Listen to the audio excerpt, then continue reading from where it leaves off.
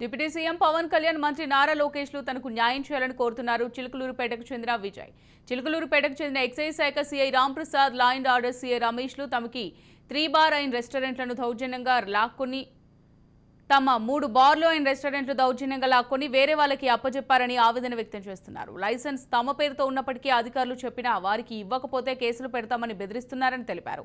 అధికారుల వద్దకు ఎన్నిసార్లు వెళ్లినా న్యాయం జరగడం లేదని, గత వైసీపీ ప్రభుత్వ హయాంలో తాము తీవ్రంగా నష్టపోయామన్నారు.